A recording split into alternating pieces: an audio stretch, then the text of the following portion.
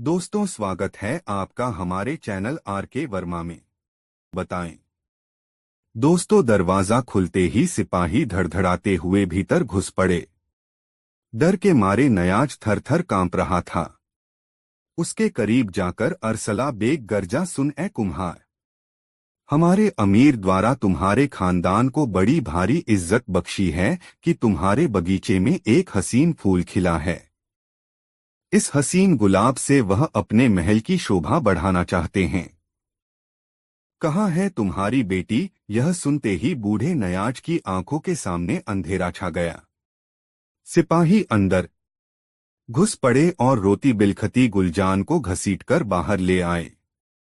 उसकी चीख सुनकर बूढ़ा नयाज कांपता हुआ धरती पर गिर पड़ा और बेहोश हो गया। अरसला बेग ने सिपाहियों की तरफ देखा। बेचारा खुशी बर्दाश्त न कर पाने के कारण बेहोश हो गया है। होश आने पर महल में आकर शुक्रिया अदा करेगा। चलो। मुल्ला नसरुद्दीन बचताबचाता एक ऐसी जगह जा छिपा जहां से पूरा नजारा साफ साफ देखा जा सकता था। झाड़ियों के पीछे से उसे नयाज के घर का फाटक, दो सिपाही और एक शख्स दिखाई पड़े। वह शख्स कोई और नहीं, खुद जाफर था। अच्छा लंगड़े कुत्ते, तो यह सब तेरी करतूत है? मुझे गिरफ्तार कराने चला था। मुल्ला नसरुद्दीन को असली बात मालूम न थी। वह अपनी ही गोटियां फिट कर रहा था, मगर पूरे घर की तलाशी लेने के बाद तुझे खाली हाथ ही लौटना पड़ेगा लंगड़े। लेकिन अगले ही पल मुल्ला नसरुद्दीन इस प्रकार चौंका मानो उसका पांव जलते तवे पर पड़ गया हो। सिपाही उसकी प्रेमिका गुलजान को घसीटते हुए बाहर ला रहे थे। बेचारी गुलजान छूटने के लिए न केवल हाथ पांव फेंक रही थी, बल्कि बुरी तरह चीख चिल्ला भी रही थी। सिपाहियों ने उसे कसकर पकड़ा हुआ था। वे उसे ढालों की दोहरी कतार से घेरकर ले जा रहे थे। यह देखकर मुल्ला नसरुद्दीन के तनबदन में आग सी लग गई। मुल्ला नसरुद्दीन ने देखा कि सिपाही उधर से ही गुजरने वाले हैं जिधर वह छिपा हुआ है। मुल्ला नसरुद्दीन ने अपनी कमर से बंधी म्यान में से छोटा सा खंजर निकाल लिया और दुबककर जमीन पर घुटनों के बल बैठ गया। कुछ देर बाद जाफर उसके आगे से निकला। जैसे ही उसने हाथ उठाकर जाफर पर वार करना चाहा, वैसे ही एक मजबूत हाथ ने उसके हाथ को वहीं दबा दिया। यह हाथ यूसुफ लोहार का था। चुपचाप पड़े रहो, तुम अकेले हो और वे 20। तुम उस बेचारी की कोई मदद तो नहीं कर पाओगे, बल्कि अपनी जान से हाथ धो बैठोगे। मेरी बात को समझने की कोशिश करो। काफिला आगे निकल गया। तुमने मुझे क्यों रोक लिया यूसुफ भाई? इस जिंदगी से तो लड़ते लड़ते मर जाना ही बेहतर है, नसरुद्दीन ने जोश में भरकर कहा। मैं बाजार से ही उन सिपाहियों का पीछा कर रहा था। खुदा का शुक्र है कि मैंने ठीक समय पर आकर तुम्हें रोक लिया। शेर या रया हथियार वालों का निहत्थे मुकाबला करना कोई समझदारी नहीं है। तुम्हारी प्रेमिका की वापसी ताकत से नहीं, बल्कि दिमाग व चालबाजी से संभव है, इसलिए ठंडे दिमाग से सोचो। मत भूलो कि ठंडा लोहा हमेशा ही गर्म लोहे को काटता है। लोहार किसी बुजुर्ग की भांति उसे समझा रहा था। शुक्रिया लोहार भाई। मैं सचमुच आवेश में आ गया था, मगर अब मैं तुम्हें भरोसा दिलाता दिलाता हूं कि मैं अपनी बुद्धि, बल और हथियारों का कभी भी दुरुपयोग नहीं करूंगा। यह कहकर मुल्ला नसरुद्दीन ने लोहार से विदा ली। मुल्ला नसरुद्दीन जब वापस जा रहा था तो उसने सिपाहियों से पीछे छूट गए जाफर को लंगड़ाते हुए अपनी ओर आते देखा। जाफर की नजर भी उस पर पड़ चुकी थी, लेकिन उसे देखते ही वह लपककर एक घर में घुस गया और अंदर से सांकल चढ़ा ली। मुल्ला नसरुद्दीन क्रोध से चीखा, सावधान सांप के बच्चे जाफर! मैंने सब कुछ देख सुन लिया है, और अब तू भी सुन ले कि जिस तालाब से मैंने तुझे बचाया था, एक दिन तुझे उसी में डुबोकर मारूंगा। ये मुल्ला नसरुद्दीन की सौगंध है। कहकर वह तेजी से आगे बढ़ गया। दोस्तों कहानी कैसी लगी कमेंट में जरूर बताएं। दोस्तों दोपहर तक काम करने के बाद मुल्ला नसरुद्दीन ने वेश बदला और बाजार की ओर निकल गया। वह बुखारा की स्थिति पर भी इस प्रकार नजर रखे हुए था कि सरकारी अफसर या मुल्ला मौलवी किस प्रकार जनता को बेवकूफ बना तरकारी रहे या ठग रहे हैं। इस समय वह नकली दाढ़ी मूछ व बदखशा साफे में था। उसे उम्मीद थी कि इस भेष में उसे कोई जासूस भी नहीं पहचान पाएगा। बाजार में घूमते हुए मुल्ला नसरुद्दीन ने गुलजान के लिए मूंगे का एक हार खरीदा जिसका रंग गुलजान के सुर्ख गुलाबी होठों जैसा था। बाजार से घर की ओर लौटते समय अचानक एक स्थान पर आकर मुल्ला नसरुद्दीन को रुक जाना पड़ा। वहां एक मस्जिद के बाहर लोगों की भीड़ जमा थी। लोग उचकुचक कर मस्जिद की सीढ़ियों पर कुछ देखने का प्रयास कर रहे थे। एक मुल्ला मस्जिद की सीढ़ियों पर खड़ा कह रहा था, ऐ मुस्लिम भाइयों, जो आदमी यहाँ इस मस्जिद की पाक सीढ़ियों पर लेटा हुआ है 10 वर्ष पुराना लकवे का मरीज है। इसका जिस्म हिलडुल नहीं सकता, आंख भी नहीं खोल सकता। इसके रिश्तेदार हर तरफ से निराश होकर यहाँ आए हैं ताकि आज से 7 दिन बाद लासानी वहाउद्दीन पाक वली के उर्स में इसे कब्र की सीढ़ियों पर लिटा दिया जाए। यहाँ इस प्रकार के अनेक असाध्य रोगी ठीक हुए हैं, इसलिए आओ हम सब मिलकर दुआ करें कि पाक शेख हम पर करम करे और इस बदनसीब को ठीक कर दें। मुल्ला नसरुद्दीन उसके चेहरे की मक्कारी को साफ साफ पढ़ रहा था। भोले भाले लोगों को इस प्रकार बेवकूफ बनाते देखकर उसने दिल ही दिल में सोच लिया कि इन मक्कार मुल्लाओं को भी सबक सिखाएगा, क्योंकि मस्जिद की सीढ़ियों पर लेटा वह भी कोई उन्हीं का चेलाच पाटा था जो लकवे के रोगी का ढोंग कर रहा था। भला मुल्ला नसरुद्दीन की आंखें उसके ढोंग को कैसे न समझ पाती। खैर 7 दिन बाद उर्स का दिन भी आ गया। सूर्योदय से पूर्व ही लोग तीर्थाटन के लिए नंगे पांव ही घरों से निकल पड़े। मुल्ला नसरुद्दीन भी समय रहते वहां पहुंच चुका था।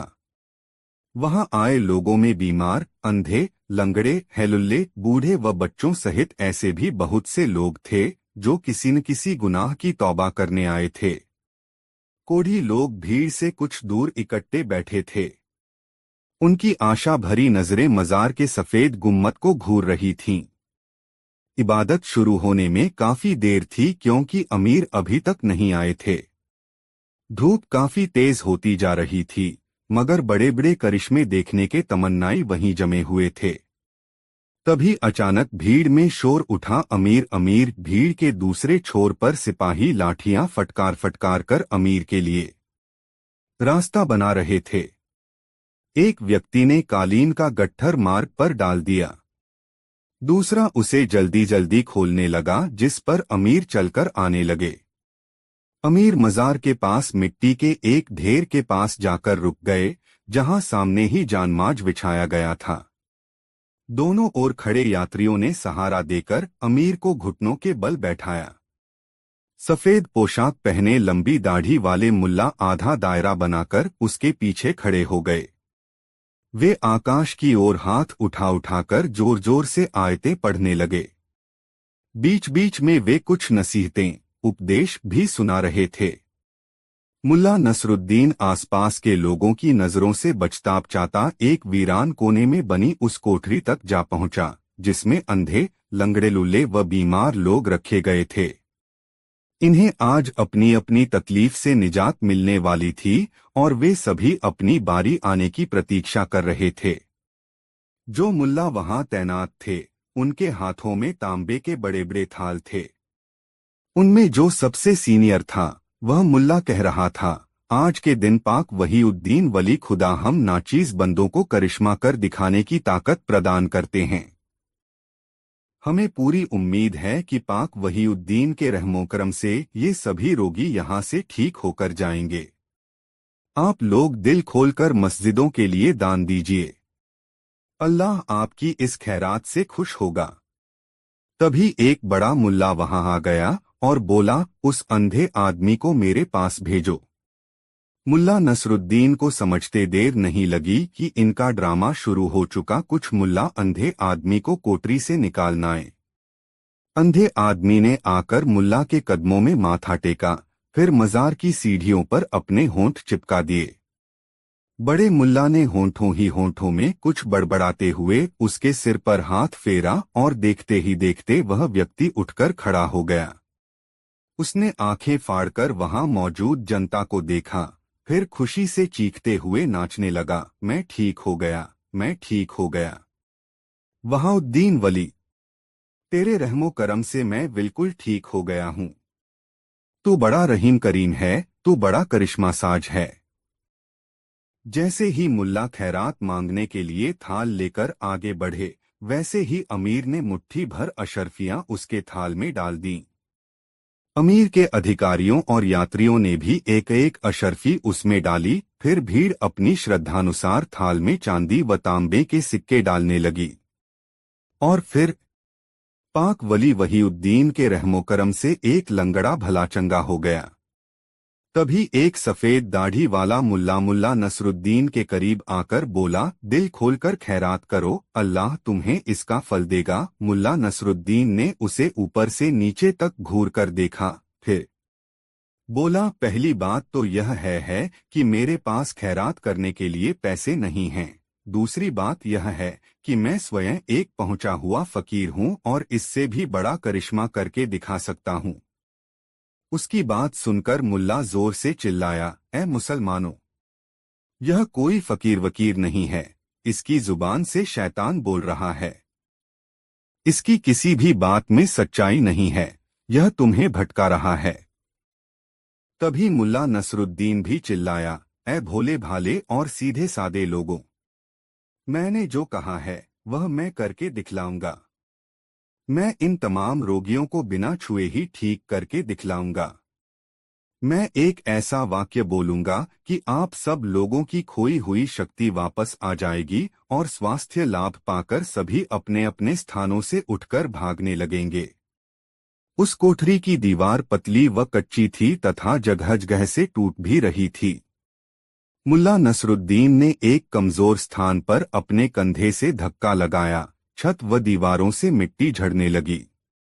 लोगों ने घबराकर ऊपर की तरफ देखा और इसी के साथ मुल्ला नसरुद्दीन जोर से चीख उठा, भूकंप! भागो भागो! चीखते हुए उसने दीवार पर एक जोरदार धक्का मारा, मिट्टी के बड़े बड़े टुकड़े गिरने लगे। यह देखते सुनते ही कोठरी में हड़कंप मच गया। लोग अंधाधुंध उठे और कोठरी से बाहर निकलने का रास्ता खोजने लगे। सबसे पहले लकवे का चेचक के दाग वाला रोगी ही उठकर बाहर भागा। उसके बाद सभी अपनी अपनी बीमारियों को भूलकर भाग खड़े हुए। इस हबड़कबड़ में एक लंगड़ा बिल्कुल ठीक हो गया। सारी भीड़ मुल्ला पर हंसने लगी। लोग सीटियां बजाने लगे। मुल्ला भीड़ पर काबू पाने की भरसक कोशिश कर रहा था, मगर भीड़ थी कि काबू ही नहीं आ रही थी। तभी कोई जोर से चिल्लाया, मुल्ला नसरुद्दीन! और फिर सारी की सारी फिजा इस आवाज से गूंज उठी, मुल्ला नसरुद्दीन आ गया, मुल्ला नसरुद्दीन आ गया। मुल्ला मौलवी चीखने चिल्लाने लगे तथा भीड़ के बीच से अपनी जान बचाकर भागने की कोशिश करने लगे। उनके हाथों में जो थाल थे वे भीड़ की अफरातफरी में उलट गए और सारे सिक्के इधर उधर बिखर गए। दोस्तों, यह कहानी अपने मित्रों को जरूर शेयर करें। नेकी कर और जूते खा।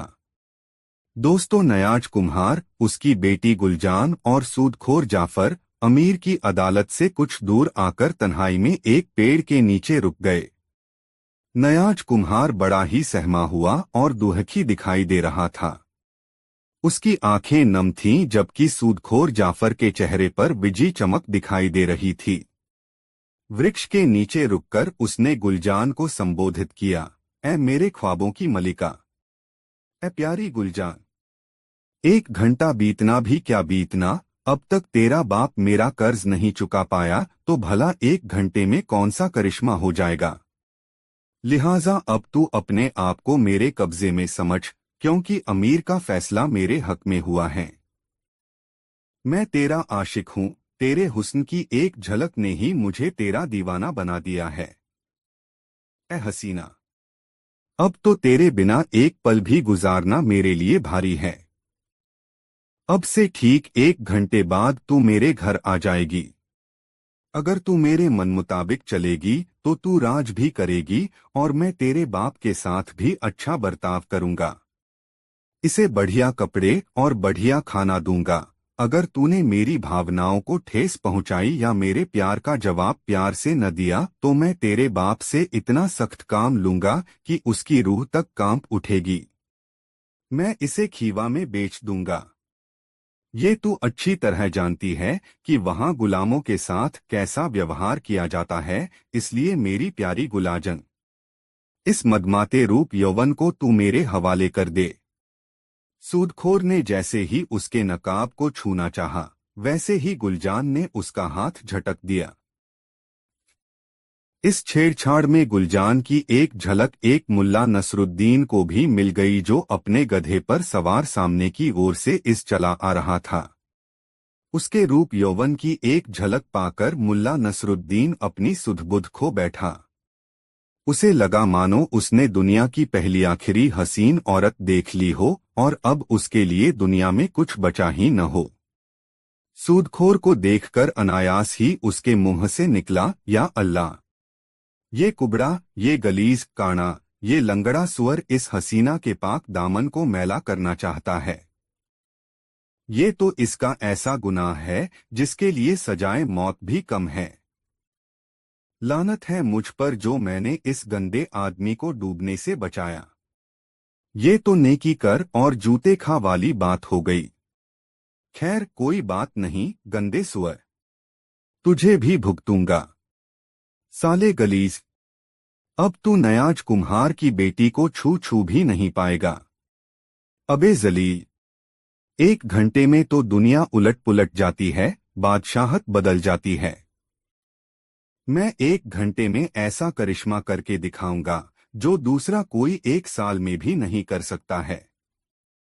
बड़बड़ाते हुए उसने पुनः सूदखोर की तरफ देखा। वह कह रहा था, नयाज, 1 घंटे के बाद अपनी बेटी के साथ इसी पेड़ के नीचे मिलना। ठीक 1 घंटे बाद मैं तुमसे यहाँ आकर मिलूंगा। छिपने या भागने की कोशिश मत करना, मैं तुम्हें सागर की गहराइयों से भी निकालने की कुव्वत रखता हूँ।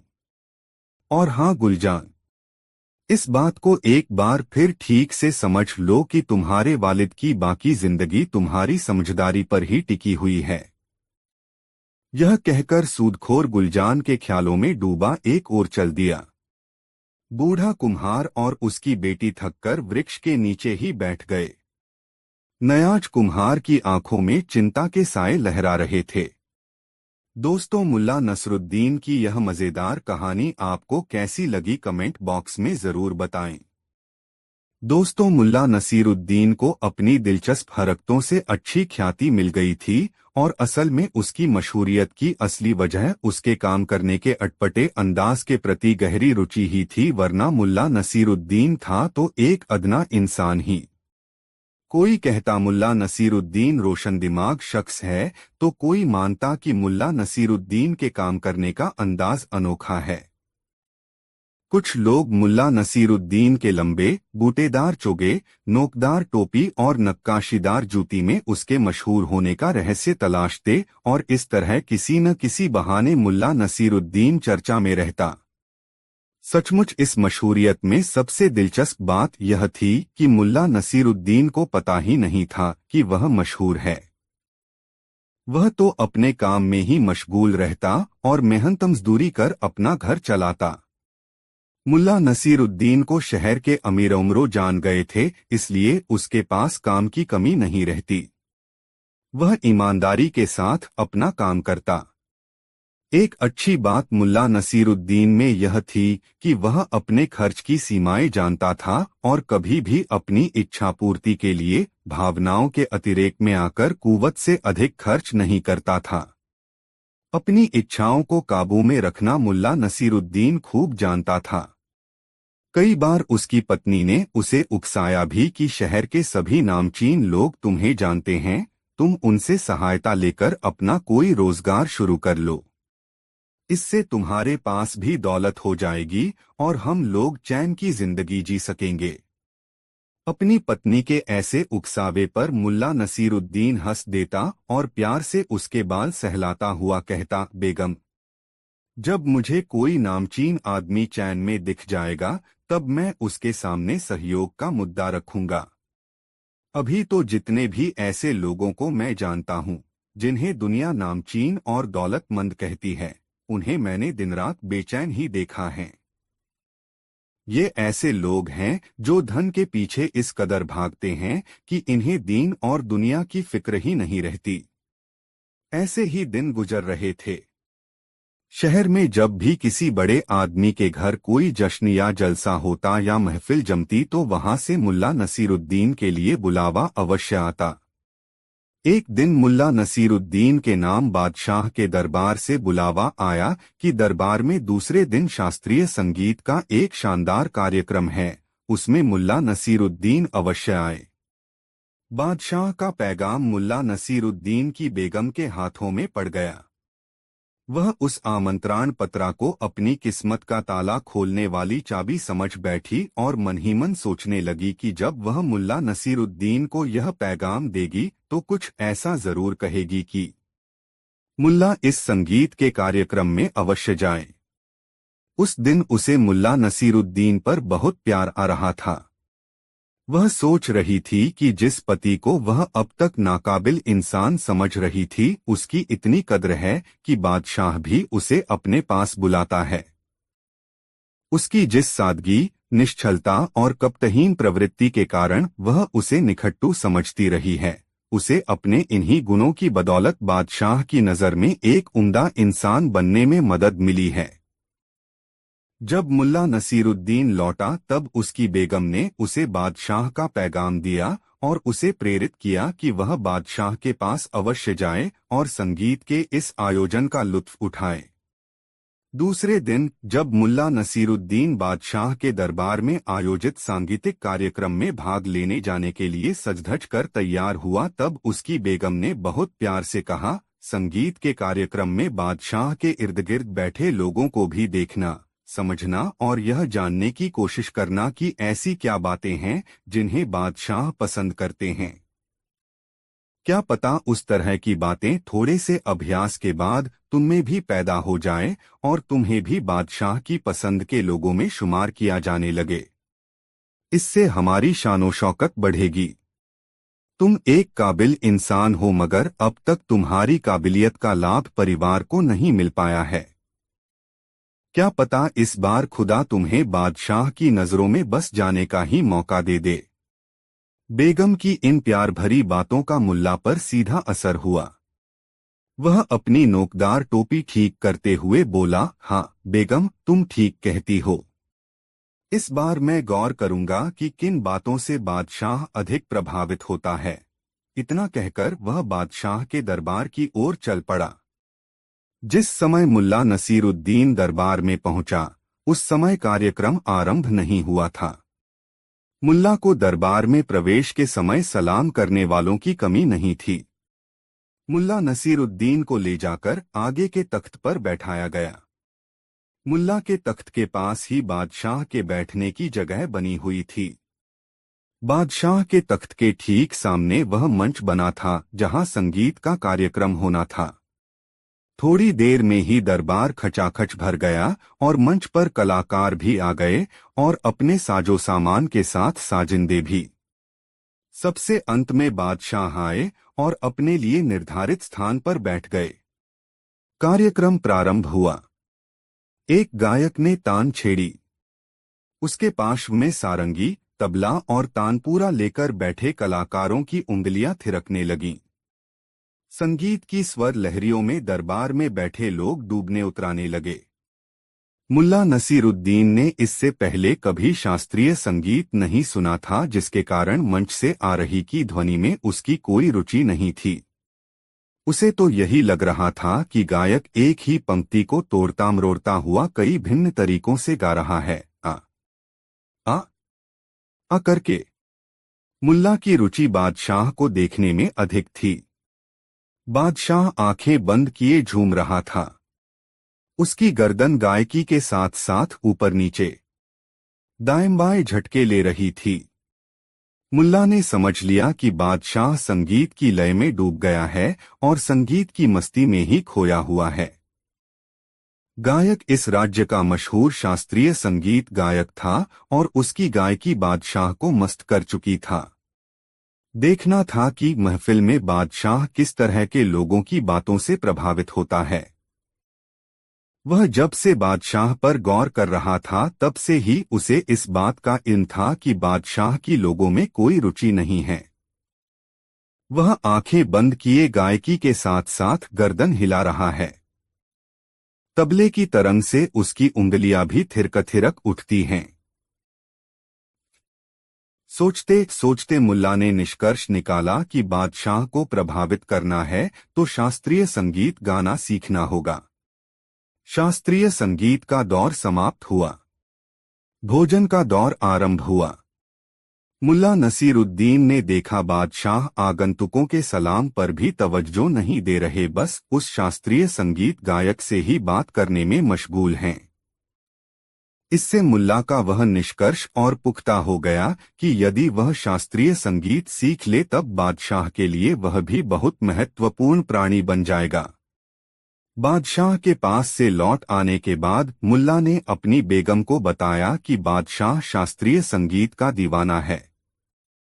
यदि संगीत चल रहा हो तो उसे दुनिया की कोई परवाह नहीं रहती। मैंने सोचा है कि मैं भी शास्त्रीय गायकी सीखकर अपने फन से बादशाह का दिल जीत लूं ताकि तुम्हारी हसरतें पूरी हो सकें। मुल्ला की बातें सुनकर उसकी बेगम बहुत खुश हुई। पहली बार उसे मुल्ला समझदार इंसान की तरह बात करने वाला शख्स दिखा।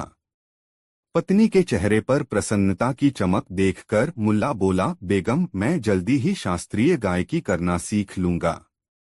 मैं गायकी के सबसे बड़े उस्ताद के पास जा रहा हूँ गायकी सीखने। और इस तरह मुल्ला नसीरुद्दीन गायकी के सबसे बड़े उस्ताद के पास गायकी सीखने के इरादे से पहुंच गया। उसने उस्ताद को अपना परिचय बताते हुए कहा, मुझे उम्मीद है कि मुझ में आप एक अच्छा शिष्य अवश्य पाएंगे। उस्ताद ने मुल्ला की बातें सुनकर मुस्कुराते हुए कहा, यह तो ठीक है, मगर मैं गायकी सिखाने के लिए पैसे लेता हूँ। कितना पैसा? उलझन में पड़ते हुए मुल्ला नसीरुद्दीन ने रुआसे स्वर में पूछा। पहले 6 माह तक 100 रुपये प्रति माह, 6 महीने बाद से 10 रुपये प्रति माह, उस्ताद ने उत्तर दिया। मुल्ला नसीरुद्दीन ने मन ही मन संगीत सीखने का गणित समझा और पाया कि अभी संगीत सीखना उसके लिए आर्थिक संकट मोल लेना है। तुरंत उसने कहा, तब ठीक है उस्ताद, मैं 6 माह बाद ही आऊंगा। और उसके बाद मुल्ला नसीरुद्दीन विजी भाव से अपने घर की तरफ चल पड़ा। घर पहुंचकर उसने बेगम से कहा, बेगम, बादशाह से दूर रहना ही बेहतर है, कम से कम इससे मैं तुम्हारे पास तो रह पाऊंगा। इसलिए अब गायक बनने का इरादा त्याग रहा है। बेगम पहली बार मुल्ला के मुंह से ऐसी बातें सुन रही थी। उसे मुल्ला का यह कथन अच्छा लगा और वह शर्माकर अपने कमरे में चली गई। मुल्ला नसरुद्दीन की मजेदार कहानी, पानी के जादू से धन की प्राप्ति। दोस्तों, एक दिन मुल्ला नसरुद्दीन अपने गांव के बाहर एक छोटे से रास्ते पर जा रहा था। चलते चलते वह एक नदी के किनारे पहुंचा।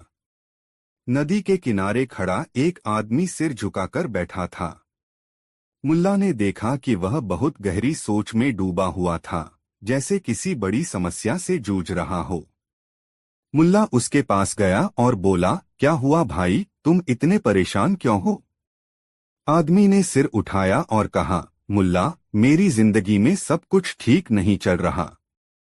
मैं बहुत मेहनत करता हूँ, लेकिन फिर भी मुझे कभी वह खुशी नहीं मिलती जिसकी मुझे उम्मीद है।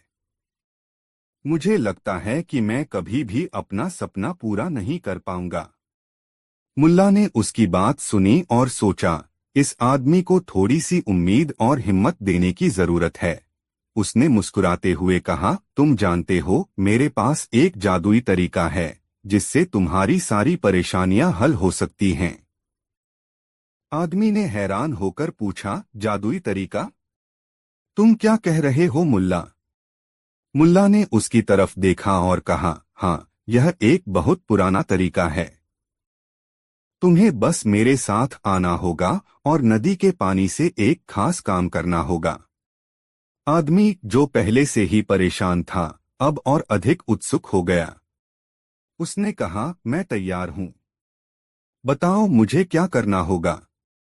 मुल्ला ने उसे नदी में ले जाकर कहा, तुम्हें नदी के पानी से एक बाल्टी पानी भरनी होगी, लेकिन ध्यान रखना, जब तुम पानी लाओ तो उसे बिना देखे वापस लाना होगा। आदमी थोड़ी देर तक यह सुनकर हैरान हुआ, लेकिन उसने मुल्ला के आदेश को मानते हुए बाल्टी में पानी भर लिया। जब वह पानी लेकर वापस आया तो मुल्ला ने कहा, अब इसे बिना देखे घर ले जाओ। याद रखना, अगर तुमने पानी में से कोई भी बदलाव देखा तो सारी मेहनत बेकार हो जाएगी। आदमी ने इसे चतुराई से लिया और बिना पानी देखे घर के रास्ते पर चलने लगा। लेकिन जब वह घर के पास पहुंचा तो अचानक उसके मन में ख्याल आया, क्या होगा अगर इस पानी में कुछ खास हो? क्या मुल्ला मुझे कुछ अच्छा देने की कोशिश कर रहा था? उत्सुकता और चिंता के मिश्रित भाव से उसने पानी देखा, और जैसे ही उसने बाल्टी का पानी देखा, उसे एहसास हुआ कि उस पानी में कुछ बदल चुका था। अब वह मन ही मन निराश हो गया, क्योंकि उसने मुल्ला के बताए तरीके को नहीं माना था। वह गहरी सोच में डूबा हुआ बाल्टी लेकर मुल्ला के पास वापस लौटा। उसने मुल्ला से कहा, मुल्ला, तुमने कहा था कि अगर मैंने पानी को देखा तो कुछ गलत होगा, लेकिन मैंने ऐसा किया और अब सब कुछ बिगड़ गया है। मुल्ला ने शांत भाव से मुस्कुराते हुए जवाब दिया, देखो, तुमने देखा कि तुम्हारी समस्याओं का हल तुम्हारे भीतर था, लेकिन तुम्हारी उत्सुकता और जल्दबाजी ने उसे खराब कर दिया। तुमने पानी को देखा क्योंकि तुम बहुत जल्दी में थे, लेकिन असल में यह पानी तुम्हारी मेहनत और धैर्य का प्रतीक था। अगर तुमने उसे बिना देखे रखा होता तो तुम्हें सफलता मिलती। आदमी ने समझ लिया और उसने मुल्ला का धन्यवाद किया। वह अब जान गया था कि जीवन में धैर्य और संयम के साथ आगे बढ़ना जरूरी है, क्योंकि जल्दबाजी और उत्सुकता से चीजें बिगड़ सकती हैं। कहानी का संदेश। मुल्ला नसरुद्दीन की इस कहानी से यह शिक्षा मिलती है कि जीवन में धैर्य और संयम रखना जरूरी है। किसी भी समस्या का समाधान जल्दबाजी में नहीं, बल्कि सोच समझकर और सही कदम उठाने से मिलता है। अपनी मेहनत में विश्वास रखना और धैर्य से काम करना ही असली सफलता की कुंजी है। मुल्ला नसरुद्दीन समझदारी का सवाल। एक दिन मुल्ला नसरुद्दीन अपने गांव में बैठा था, और जैसे ही उसने गांव के लोगों को इधर-उधर जाते देखा, एक नया सवाल उसके दिमाग में आया। उसने सोचा, क्यों न मैं एक मजेदार परीक्षा लूंगा और गांव वालों को उनकी समझदारी की परख में डालूं। मुल्ला ने सोचा और फिर एक योजना बनाई। उसने सबको अपने घर बुलाया और उन्हें बताया, मैंने एक नई परीक्षा तैयार की है, जिसमें आप सबको अपनी समझदारी साबित करनी होगी। जो भी सही जवाब देगा, उसे पुरस्कार मिलेगा। गांव वालों में हलचल मच गई। सभी लोग मुल्ला के घर पहुंचे और उत्सुकता से इंतजार करने लगे। मुल्ला नसरुद्दीन ने कहा, मैं आपको 3 सवाल पूछूंगा। हर सवाल का सही जवाब देने पर आपको एक बड़ा इनाम मिलेगा। मुल्ला नसरुद्दीन ने पहला सवाल पूछा, अगर एक आदमी के पास एक बकरा है और वह बकरा भाग जाए तो उस आदमी को क्या करना चाहिए? गांव वालों ने बहुत सोचा, लेकिन कोई जवाब नहीं दे सका। कुछ समय बाद एक आदमी खड़ा हुआ और बोला, वह आदमी बकरा पकड़ने के लिए दौड़ेगा और उसे वापस ले आएगा। मुल्ला ने मुस्कुराते हुए कहा, सही जवाब, लेकिन आसान भी था। लेकिन क्या तुमने कभी सोचा कि बकरा क्यों भागा? क्या कभी तुमने उसके मन की बात सोची? गांव वाले चुप हो गए और एक दूसरे को देखने लगे। मुल्ला ने फिर कहा, अच्छा, अब अगले सवाल की ओर बढ़ते हैं। एक आदमी के पास 3 बीवियां हैं और वह उन्हें कभी एक साथ नहीं रखता। वह उन्हें हमेशा अलग अलग घरों में भेजता है। आप क्या समझते हैं? मुल्ला ने पूछा। गांव वाले और ज्यादा चकरा गए और सोचने लगे। थोड़ी देर बाद एक औरत खड़ी हुई और बोली, वह आदमी अपनी बीवियों को संतुष्ट रखने के लिए उन्हें अलग अलग घरों में भेजता है ताकि कोई समस्या न हो। मुल्ला नसरुद्दीन ने फिर से हंसी में कहा, लेकिन क्या तुमने कभी यह सोचा कि वह आदमी उन बीवियों से क्यों दूर रहता है? क्या उसकी सच्ची वजह कभी समझी है? गांव वाले अब पूरी तरह से उलझ गए थे। वे नहीं समझ पाए कि मुल्ला क्या कहना चाहता है। मुल्ला ने मुस्कुराते हुए कहा, बड़े ही सरल सवाल थे, लेकिन जवाब कुछ गहरे होते हैं। क्या कभी सोचा है कि क्यों बकरा भागता है या बीवियों को क्यों अलग रखा जाता है? इसका अर्थ कभी समझा है? आखिरकार मुल्ला नसरुद्दीन ने आखिरी सवाल पूछा, अगर तुमसे कोई कहे कि तुम एक खजाना ढूंढ सकते हो, लेकिन उस खजाने को पाने के लिए तुम्हें अपनी सबसे प्यारी चीज छोड़नी होगी, तो तुम क्या करोगे? गांव वालों ने सोचा, लेकिन कोई स्पष्ट उत्तर नहीं दे पाया। कुछ ने कहा, मैं अपनी मेहनत और कड़ी मेहनत से वह खजाना ढूंढ लूंगा। मुल्ला ने एक गहरी मुस्कान के साथ कहा, तुम समझ नहीं पा रहे हो। खजाना केवल धन नहीं होता, वह तुम्हारी समझदारी और मानसिक शांति भी हो सकती है। कभी सोचा है कि जो तुम्हारे पास है वही सबसे कीमती है? गांव वालों ने फिर से एक दूसरे को देखा, लेकिन कोई जवाब नहीं आया। मुल्ला ने धीरे धीरे सबको समझाया, हमेशा जवाब पर ध्यान मत दो, कभी कभी सवाल का अर्थ ही हमें सिखाता है कि जीवन में क्या महत्वपूर्ण है। सीख। अब मुल्ला नसरुद्दीन ने मुस्कुराते हुए कहा, देखो, मैं जानता हूं कि मैं 3 आसान सवाल पूछ रहा था, लेकिन तुम सबने कभी इन सवालों के उत्तर पर ध्यान नहीं दिया। जीवन में कभी भी किसी सवाल का उत्तर बिना सोच समझे मत दो। हर सवाल के पीछे कुछ गहरे अर्थ होते हैं। सही उत्तर सिर्फ वही होता है जो तुम्हारे अनुभव और सोच के आधार पर सही लगे। गांव वाले चुपचाप सुन रहे थे। अचानक सबको यह एहसास हुआ कि मुल्ला नसरुद्दीन ने उन्हें सिर्फ चतुराई के सवाल नहीं पूछे थे, बल्कि जीवन के उन पहलुओं को समझने के लिए चुनौती दी थी जिन्हें वे अक्सर नजरअंदाज कर देते थे। आखिरकार मुल्ला ने कहा, सच यह है कि सबसे बड़ी समझदारी तब आती है जब हम सवालों से ज्यादा उनके उद्देश्य और उनके गहरे अर्थ को समझने की कोशिश करते हैं। गांव वाले धीरे धीरे समझ गए और मुल्ला नसरुद्दीन के इस दृष्टिकोण को सराहा। वे अब हर सवाल और परिस्थिति को गहरे से समझने की कोशिश करते थे। यह कहानी यह सिखाती है कि कभी कभी हमें हर चीज का गहराई से मूल्यांकन करना चाहिए और जीवन के छोटे सवालों और घटनाओं को अधिक समझदारी से देखना चाहिए। दोस्तों, मुल्ला नसरुद्दीन का यह किस्सा भी काफी मशहूर है। एक बार वह एक गांव में लगभग 6 महीने तक रहा। वह अपनी हाजिर जवाबी, कुशाग्र बुद्धि और हंसीमजाक के लिए काफी प्रसिद्ध हो गया था। यह आवाज सुनते ही मुल्ला नसरुद्दीन बुरी तरह चौंक पड़ा।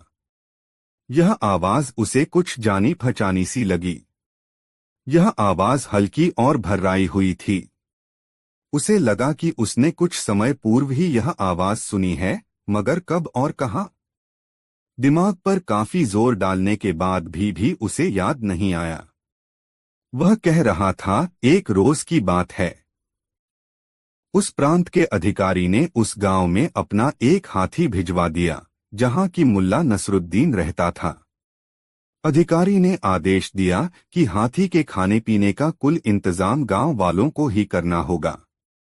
यह हाथी अपनी भारी खुराक के लिए काफी विख्यात था। वह एक समय में 50 गट्ठर चरी, 50 गट्ठर जौ, 50 गट्ठर मक्का और 100 बोझ चारा खा जाता था। इसका नतीजा यह हुआ कि 15 दिन में ही गांव वालों के खेत खलिहान खाली हो गए। जब वे बेचारे बिल्कुल निराश हो गए और दूसरा कोई चारा न रहा, तो गांव वालों ने फैसला किया कि मुल्ला नसरुद्दीन को कस्बा अधिकारी के पास भेजा जाए, ताकि वह अधिकारी से निवेदन करे कि वे अपना हाथी उस गांव से वापस मंगवा लें। यह निर्णय हो जाने के बाद सब मुल्ला नसरुद्दीन के पास गए और उसे अपनी परेशानी बताई। नसरुद्दीन ने सबकी परेशानी को सुना, फिर उनका कष्ट दूर करने के लिए सहमत हो गया। फिर क्या हुआ? फिर उसने अपने गधे पर जीन कसी और निकल पड़ा प्रांत अधिकारी से मिलने। नेकी के काम में तो वह कभी पीछे रहता ही नहीं। एक व्यक्ति बोला, अरे काहे की नेकी? जाने से पहले गांव वालों से वो अपना मेहनताना तय करना नहीं भूला था। दरअसल इस काम के लिए उसने गांव वालों से इतनी मोटी रकम वसूली थी कि कितनों को तो अपने घर ही बेचने पड़ गए थे। वे फकीर हो गए। उनकी उस खराब हालत का जिम्मेदार सिर्फ और सिर्फ नसरुद्दीन ही था। मुल्ला नसरुद्दीन का चेहरा क्रोध से तमतमा उठा और उसने लेटे-लेटे ही एक लंबी हुंकार भरी। हूँ। किसी भी व्यक्ति ने इस हुंकार पर कोई ध्यान नहीं दिया। सभी ने सोचा कि सुनने वाला ही हुंकार भर रहा होगा, जबकि किस्सागो अपना किस्सा सुनाने में व्यस्त था। इस प्रकार मुल्ला नसरुद्दीन अपने सुस्त और बदमिजाज गधे पर सवार होकर प्रांतीय अधिकारी के महल पर जा पहुंचा। वह काफी देर तक अधिकारी के नौकरों की कृपा पर मोहताज लोगों की भीड़ में खड़ा रहा कि शायद भूल से उन लोगों की नजर उस पर भी पड़ जाए। वह उस नजरेक्रम के इंतजार में था जिसने कुछ लोगों को खुशियां बख्शी तो कुछ को बर्बाद भी किया।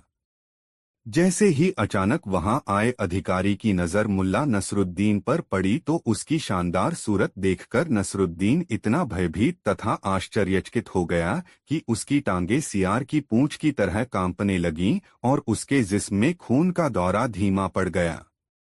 वह पसीने से लथपथ हो गया और उसका चेहरा तो खड़िया से भी अधिक सफेद दिखाई देने लगा था। मुल्ला नसरुद्दीन के मुंह से फिर हूं की आवाज निकली। मंगर कहानी सुनाने वाले ने आक्रोश में भरी इस हुंकार की ओर कोई ध्यान नहीं दिया और अपनी ही री में बोलता चला गया। डर के मारे मुल्ला नसरुद्दीन के मुंह से आवाज न निकली। फिर कुछ साहस बटोरकर बदबूदार लकड़बग्घों जैसी मिमियाती आवाज में वह बोला, ऐ मेरे शानदार आका, ऐ इस सूबे के शानदार उजाले, ऐ इस सूबे के चांद सूरज, इस सूबे के निवासियों को खुशियां और आनंद बख्शने वाले, अपने इस नाचीज गुलाम की भी फरियाद सुनने की मेहरबानी कबूल फरमाएं, जो कि आपकी इस शानदार चौखट को अपनी दाढ़ी से साफ करने के भी लायक नहीं है। प्रांतीय अधिकारी खुश हो गया और उसने मुल्ला नसरुद्दीन को अपनी बात कहने की इजाजत बख्श दी। ऐ दयालुओं के दयालु, आपने अपना एक हाथी हमारे गांव में भेजकर हम पर बड़ी मेहरबानी की है। यह हमारी खुशनसीबी है कि हमें उसकी सेवा करने का मौका मिल रहा है। मुल्ला नसरुद्दीन की हिम्मत नहीं हो पा रही थी कि वह उससे असली और मुद्दे की बात कह सके, इसलिए इधर उधर की हाँकते हुए वह बोला, हालांकि हाथी की सेवा में हमारी तरफ से कोई कमी नहीं उठाई जा रही, मगर फिर भी हमें एक बात की चिंता खाई जा रही है। चिंता? प्रांतीय अधिकारी की भवें तन गईं।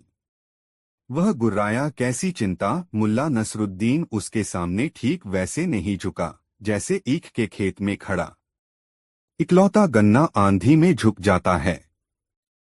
बोलता क्यों नहीं? किस बात की चिंता खाई जा रही है?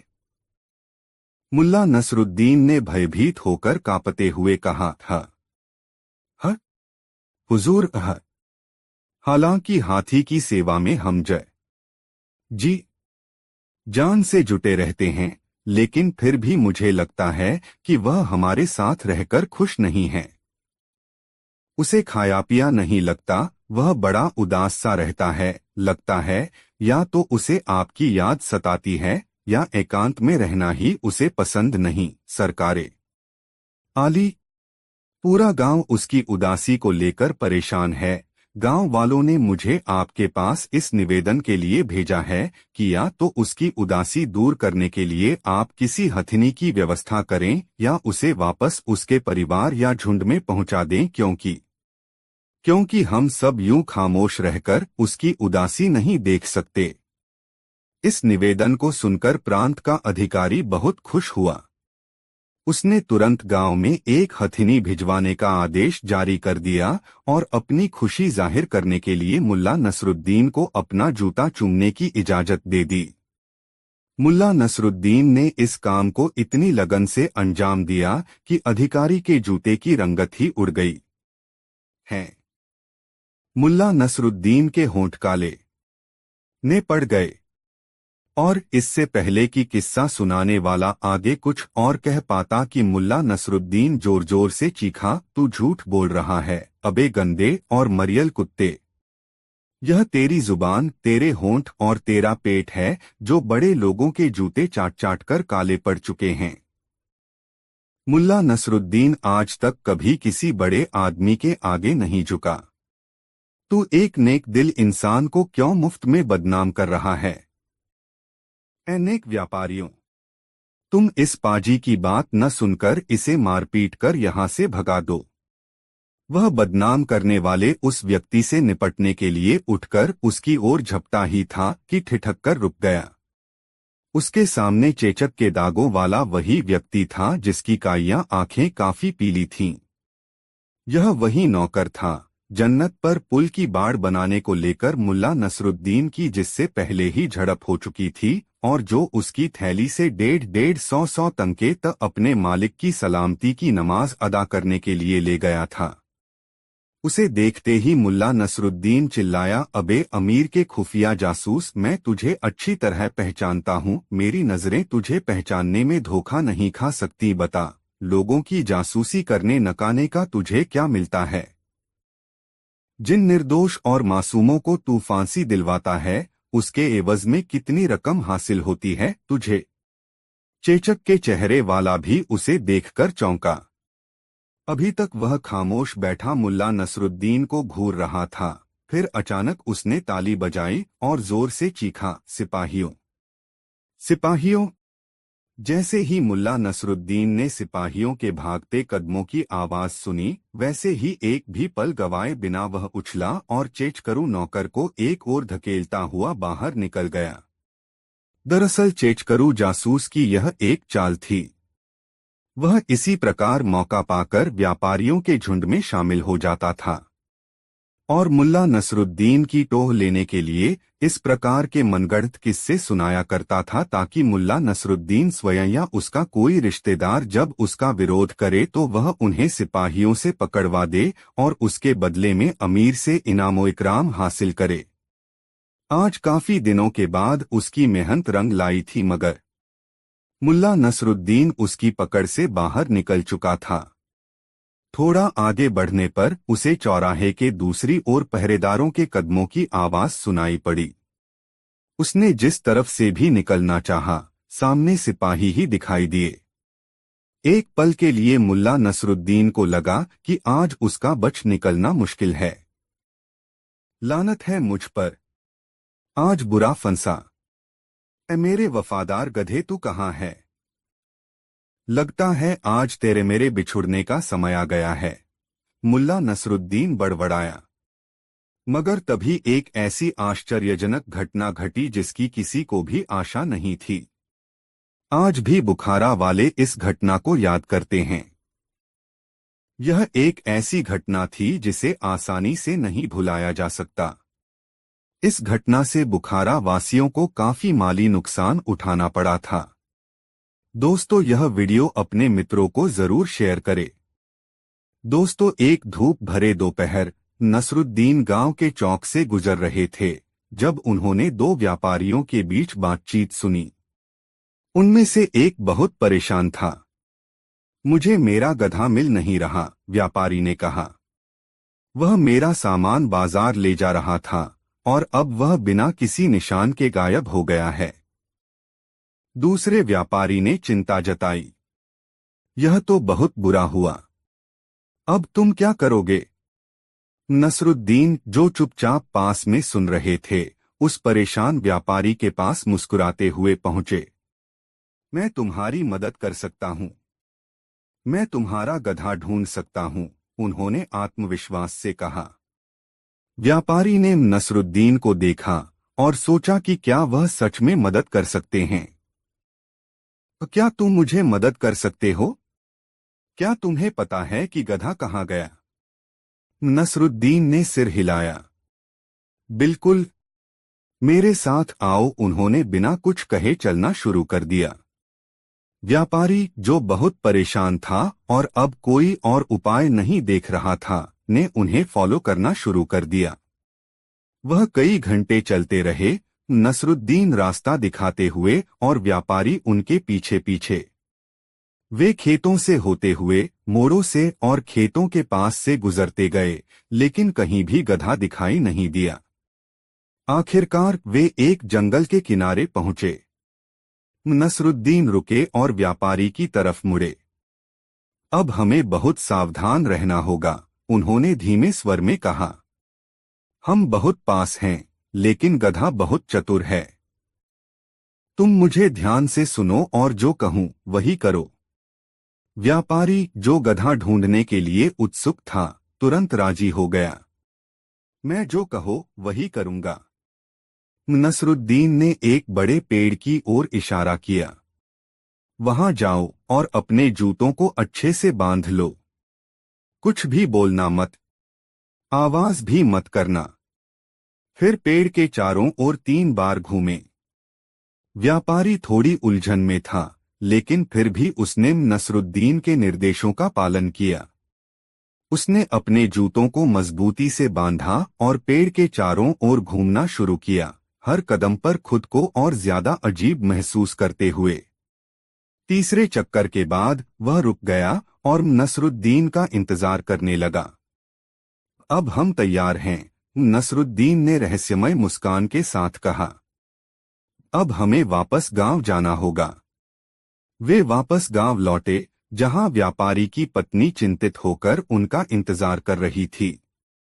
जैसे ही वे यार्ड में पहुंचे, व्यापारी का गधा अचानक सामने आ गया, वही गधा, उसी सामान के साथ जो पहले दिन लेकर जा रहा था।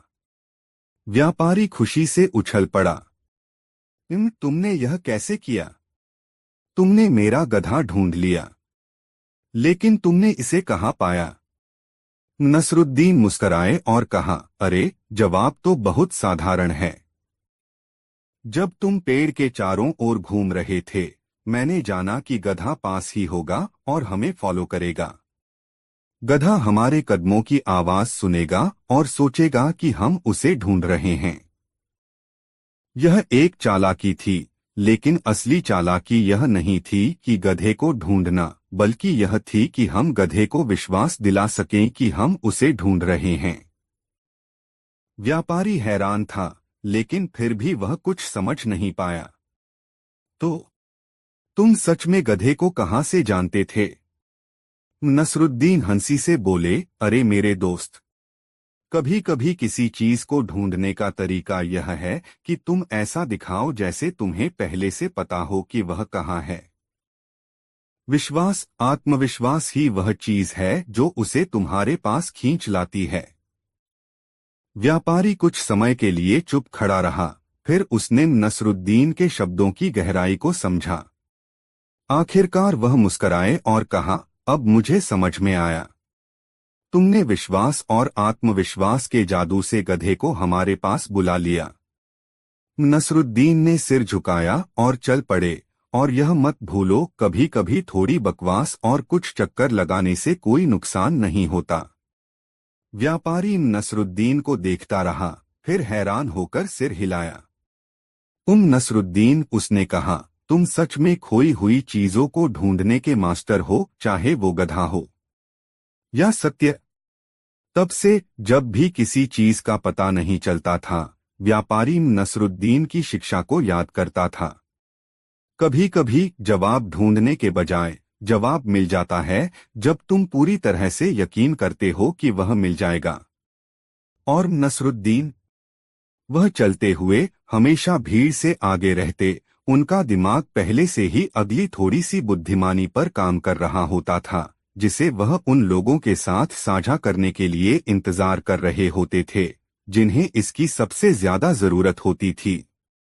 एक दिन एक छोटे से गांव में राजा से एक शाही आदेश आया जो अपनी बुद्धि और समझदारी के लिए प्रसिद्ध था।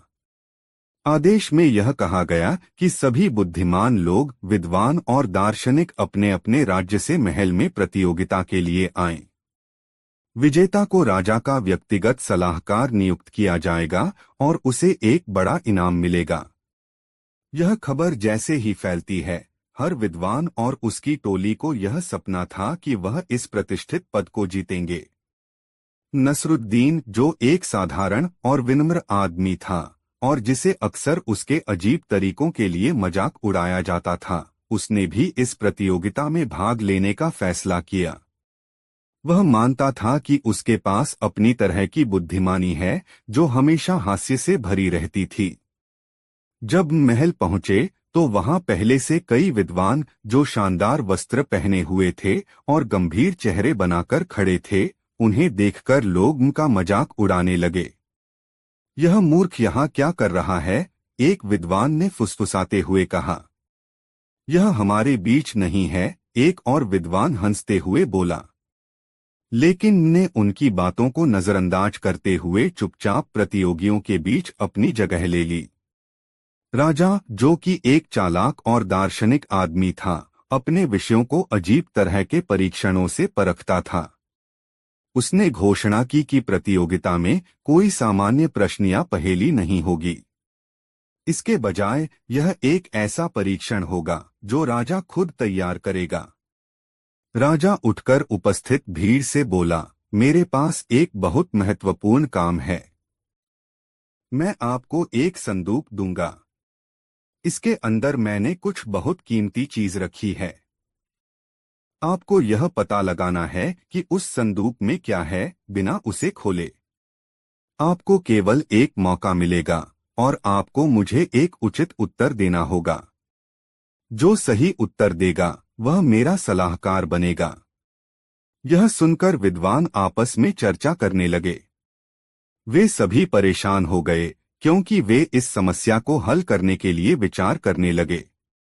कुछ ने संदूक को तौलने का सुझाव दिया तो कुछ ने इसे मापने के लिए अलग अलग उपकरणों का उपयोग करने का सोचा। कुछ तो जादू और तंत्र मंत्र तक का विचार करने लगे। लेकिन नसरुद्दीन बस चुपचाप खड़ा रहा और अपने बारी का इंतजार करता रहा। अंत में उनकी बारी आई। वह आत्मविश्वास से आगे बढ़ा और राजा से बोला, महाराज, मुझे विश्वास है कि मैं बिना किसी पैमाने या जादू के आपका प्रश्न हल कर सकता हूँ। राजा ने एक भौं चढ़ाई, क्या? और तुम इसे कैसे करने का प्रस्ताव करते हो? मुस्कराया। मुझे किसी उपकरण या यंत्र की आवश्यकता नहीं है। मुझे केवल आपके अनुमति चाहिए कि मैं संदूक को छू सकूं। राजा उनकी साहसिकता से चकित ने उसे अनुमति दे दी। उन संदूक के पास गया और उसने धीरे से अपना हाथ उस पर रखा। उसने अपनी आंखें बंद की और कुछ देर तक शांत खड़ा रहा, जैसे वह किसी आवाज को सुनने की कोशिश कर रहा हो। फिर संतुष्ट होकर वह राजा की ओर पलटा। महाराज, उसने कहा, संदूक में एक ज्ञान है, धैर्य और सुनने का पाठ। विद्वान चौंक गए। यह क्या बकवास है? एक ने चिल्लाया। वह संदूक खोले बिना कैसे जान सकता है कि उसमें क्या है? राजा मुस्कराया। और वह पाठ क्या है? नसरुद्दीन ने विद्वानों की ओर देखा। पाठ यह है कि कभी कभी हमारे समस्याओं का उत्तर हमारे उपकरणों में नहीं, हमारे बौद्धिक ज्ञान में नहीं, बल्कि बस ठहरने और सुनने के सरल कार्य में होता है। मैंने संदूक को मापने या खोले बिना बस इसे सुना, इसके वजन को महसूस किया और मुझे पता चला कि इसके अंदर ज्ञान है। राजा की आंखें चमक उठीं। तुम सच में बुद्धिमान हो, नसरुद्दीन। संदूक में न तो सोना था, न कोई रत्न। इसमें केवल एक पत्र था जिसमें लिखा था, सच्ची बुद्धि शांति और धैर्य में मिलती है, और तुमने यह आज साबित कर दिया। विद्वान चुप हो गए। उन्होंने सब कुछ आजमाया था, लेकिन ने अपनी साधारण और शांतिपूर्ण दृष्टिकोण से जीत हासिल की। राजा ने तालियां बजाईं। नसरुद्दीन, तुम अब मेरे आधिकारिक सलाहकार हो। तुमने मुझे दिखाया कि बुद्धि कई रूपों में मिलती है और कभी कभी सबसे साधारण दृष्टिकोण सबसे अच्छा होता है। ने विनम्रता से सिर झुका दिया। धन्यवाद महाराज, लेकिन मुझे यह कहने दीजिए कि मुझे पहले से ही पता था कि मैं जीतूंगा। आखिरकार मैं हमेशा मानता था कि सबसे बड़ी बुद्धि तब मिलती है जब हम सोचना बंद कर देते हैं और सुनना शुरू कर देते हैं। राजा हंसा और को एक वस्त्र, एक मुकुट और उसके पास बैठने के लिए एक जगह दी। लेकिन जो हमेशा एक मजाकिया व्यक्ति था, ने सिर झुकाकर कहा, मैं केवल बैठने की जगह लूंगा, वस्त्र और मुकुट विद्वानों के पास रहने दो।